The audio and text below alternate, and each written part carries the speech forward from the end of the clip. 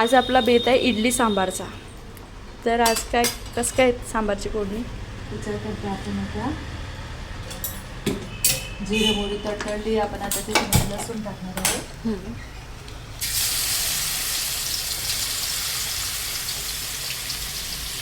जिरं मोहरी लसूण लाल झाला,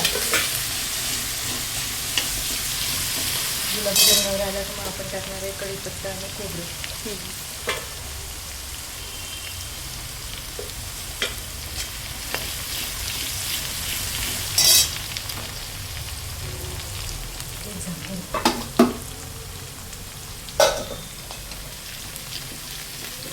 गॅस बंद केला होता ना. हां, त्यामुळे होईल.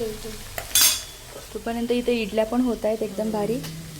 वाव, काय मस्त झालं आहे. बंद तरी चालेल आता. हो, वेगळी आवाज येते. हां, जाऊ दे. कढीपत्ता टाकलाय. कढीपत्ता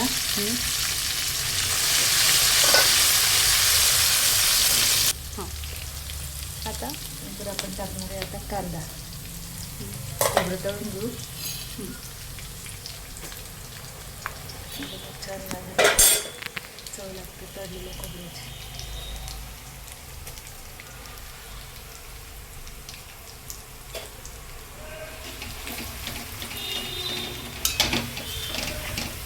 जिरं मोहरी कढीपत्ता लसूण आणि हे आपलं खोबरं. आणि मग आपण याच्यात कांदा चांगला परतून घेऊ. भाजीत पण शिजताना टाकला तरी चालतो. हां, मग आपली तेवढीच फोडणी जळत नाही. थोडा मिळते आपल्याला मसाला टाकूस तर कांदा येतो. आता चांगलं गुलाबी रंगावर आलं. हो, गुलाबी झालंय. लसूण पण गुलाबी झालं. तर आपण टाकू कांदा. त्याला चांगलं गुलाबी रंगावर परतायचं. सांबारला टेस्ट यायला याचं टेम्परेचर आणि कोणती वस्तू किती प्रमाणात उगायचं हे महत्त्वाचं असतं ना. नाहीतर मग एखादी कमी जास्त झालं तर याला शिजू दे चांगला कांदा. हां, आता आपला इथं कांदा परतून झालेला आहे. आणि अजून घ्यायचं आहे गुलाबी रंगावर यायचं. राहिलं आहे का? बारीक गॅस. आई म्हणतील ते स्टेप फॉलो करा, नाही तर रेसिपी चुकून जाईल माझ्यामुळे. इथे आपण भाज्या आणि डाळ शिजून ठेवलेली आहे. आणि त्याच्यामध्ये टाकण्यासाठी आपण आता इथे घेतलेली आहे हळद, हां, सांबार मसाला, धने जिऱ्याची पूड, लाल मिरची, मीठ आणि कोथिंबीरची पूड आणि हळद. असं हे आपण सगळं आपल्या टाकलं आणि मग हे सांबार टाकलं आणि आवडीनुसार पाणी टाकलं तर आपला सांबार बघायचं काम नाही. झालं आपला सांबार तयार. हे तिखट मीठ आपल्या आवडीने घ्यायचं ना, जेवढं म्हणजे तिखट किती त्याला मीठ. जसं त्यानुसार. आता आपण ही भाजी थोडी वेगळं ठेवणार आहे. हो, ठीक आहे. बस एवढी. हो त्याच्यात पाणी पण चपाती हो, भरपूर. खात नाही मग ते. यामध्ये सांबारच्या भाज्यामध्ये आपण सुरण पण वापरलंय ना. हो. भाज्या सगळ्याच आलेल्या आहेत. शेवग्याची शेंग, डांगर, सुरण, गवार, वांगी, चवळी, गाजर, तोंडली, हां, अजून ते सरगम, बीट. बीट नाही आहे पण ते सुरण आहे. सुरण. टमाटे. आपण यात बऱ्याच ठिकाणी गुळ आणि हे टाकतात, तर आपण ते नाही टाकत. त्याऐवजी गुळाच्या ऐवजी गाजर, टमाटे टाकते मी आणि आंबटपणा यायला. हां, त्याला आंबट गोड येतो म्हणजे natural ते आंबट गोड होते. हो, बरोबर.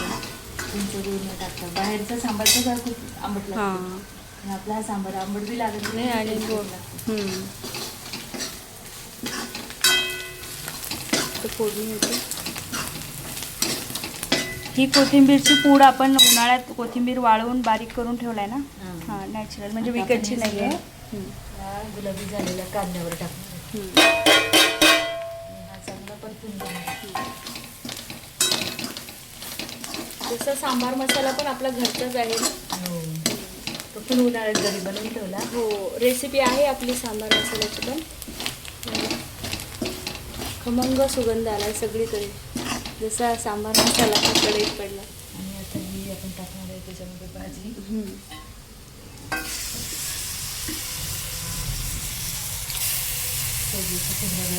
जास्त जादा झाला आहे त्याच्यात. ते पाणी देतो. हो, आपण ओतणार आहे पाणी. गरम करूनही ओतलं तरी चालतं. हे पाणी टोमॅटो घेतलं. ते तापून ठेवलं होतं. आता आपण हे पाणी भाज्या टाकणार आहोत याच्यामध्ये.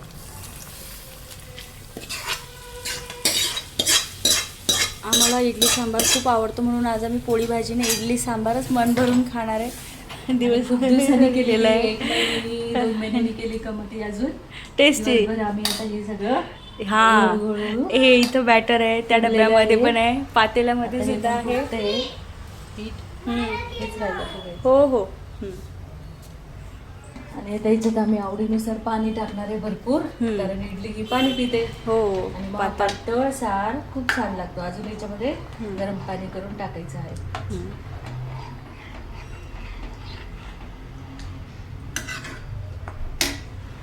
खूपच छान रंग पण आला. तयार झालं का? हो बंद करू आता.